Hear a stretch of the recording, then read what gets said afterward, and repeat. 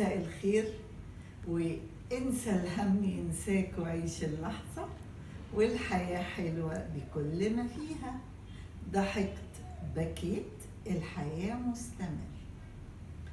دي لازم اقولها في كل الفيديوهات بتاعتي. اوكي، نيجي بقى للحاجة المهمة.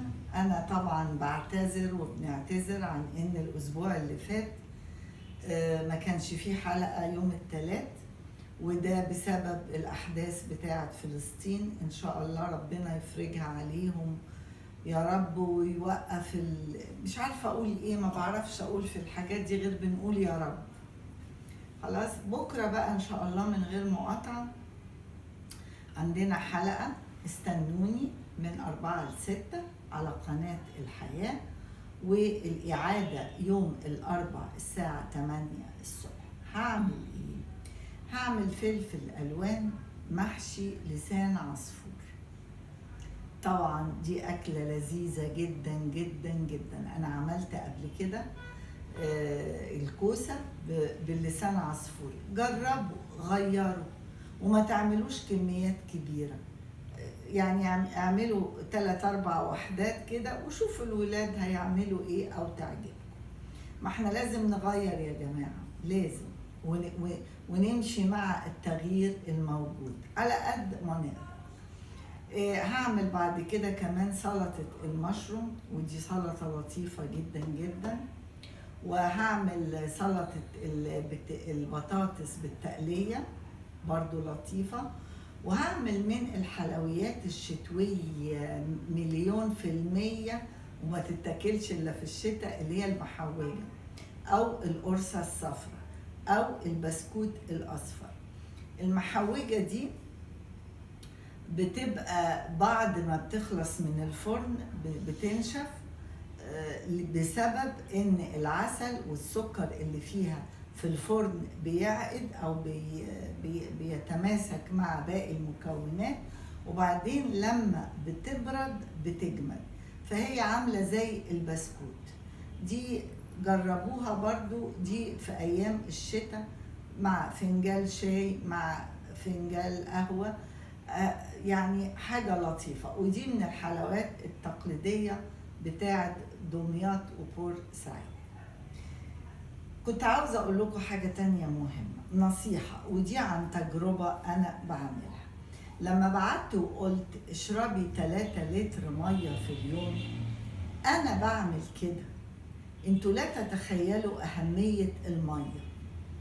هتقولوا لي، وناس قالت لي ما بنقدرش وما بنعرفش نبلع المية. أنا هقولك تعملي إيه عشان تسهلي على نفسك موضوع المية. مش المية أحسن من الدواء؟ مش المية أحسن من سرير المستشفى؟ ودي حاجة في متناول كل الناس. لا تقولوا لي إمكانيات ولا مش إمكانيات.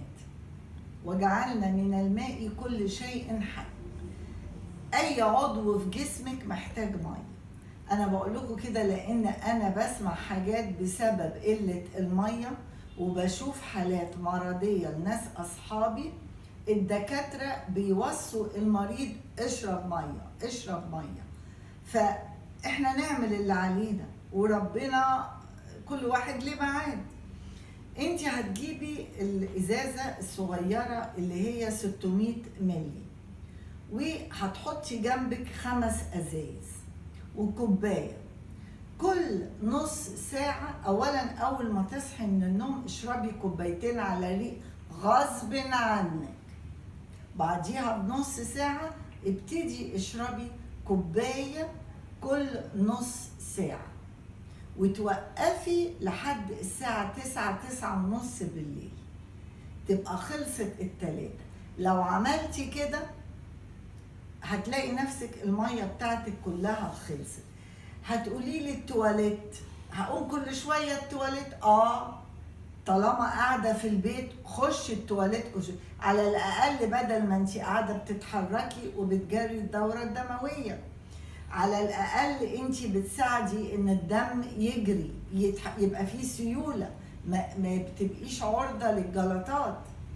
بالليل انا بقولك توقفي الساعة 9 بالليل علشان تقللي دخولك للتواليت بالليل وتقلقي، لكن ما يضرش برضو انك تقومي بالليل. واحنا نايمين بيبقى كل شيء متوقف، فلما هتقومي وتخلشي التواليت برضو بتحركي الدورة الدموية، ومفيش مانع تاخديلك بقين مية، تحطي جنبك ازازة. يا جماعة الموضوع مش بالبساطة اللي انتوا فاهمينها. ناس تقولي ما بقدرش، طب انت حرة بقى. انا عملت اللي عليا، وبقول لكم لان انا يعز عليا اشوف حالات مرضية قدامي وناس كتير مش فاهمة ومش عارفة وما اقولهاش. خلاص متفقين؟ اقول لكم ايه، منتظراكم بكرة ان شاء الله من 4 ل6، وما تنسوش تشربوا من 2.5 ل3 لتر ميه في اليوم. اقول لكم ايه، باي باي.